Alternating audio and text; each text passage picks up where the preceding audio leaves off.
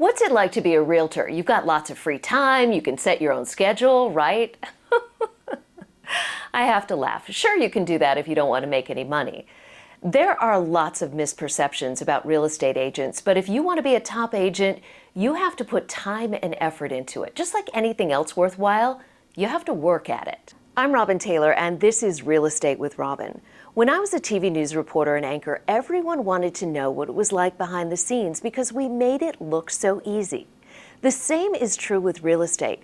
We want our clients to experience as little drama as possible. We want it to look easy, even if it isn't.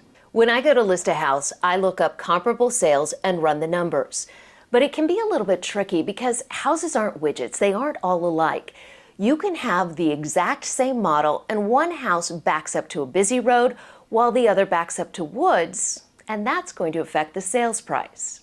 The next hurdle is getting the seller on board. Everyone thinks that their house is more expensive than their neighbor's house. They always remember what their neighbor's house listed for, but they never, ever remember what it actually sold for, which could be thousands, even tens of thousands of dollars less. Ka-ching, ka-ching, they see dollar signs. They want to test the market. Of course, their house will sell for more than anyone else's ever has, because it was built with golden nails, don't you know? Of course, I jest. Okay, we've settled on a listing price and an offer comes in, but it's a lowball offer and the seller doesn't want to negotiate. Arg, at least try negotiating. Sometimes those offers aren't any good, but not always. The buyer may be playing games, trying to see what they can get away with. And when they realize they're not going to get the house for a nickel, they'll up the ante. After some back and forth, the deal has finally been accepted. Then, here come the inspections. Now, the buyer wants a list of 20 things to be fixed, or there's absolutely nothing wrong with the house and they still ask for a $10,000 price reduction. This is where I blow a gasket, let off some steam, and then get back to work. I swear, it's the little things that can be the worst. Here's the beauty of being an agent. I am not emotionally attached to the house. I can step back and have perspective and problem solve. I really try to keep my clients out of the drama as much as possible because it's not worth getting upset over this stuff. Sometimes Santa is in a giving mood and the buyers get most of the things on their Christmas wish list.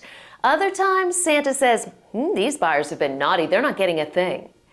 Either way, I'm not going to let a deal fall apart over something stupid like a $50 repair. Once we're through with the negotiations, it's usually smooth sailing. Sometimes there are problems with appraisals or lenders who can't get deals closed on time, but I'll leave those stories for another day.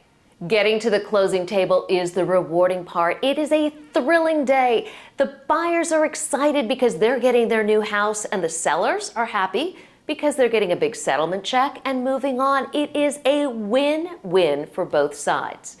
So back to that initial question, what's it like to be a realtor? Easy peasy, right?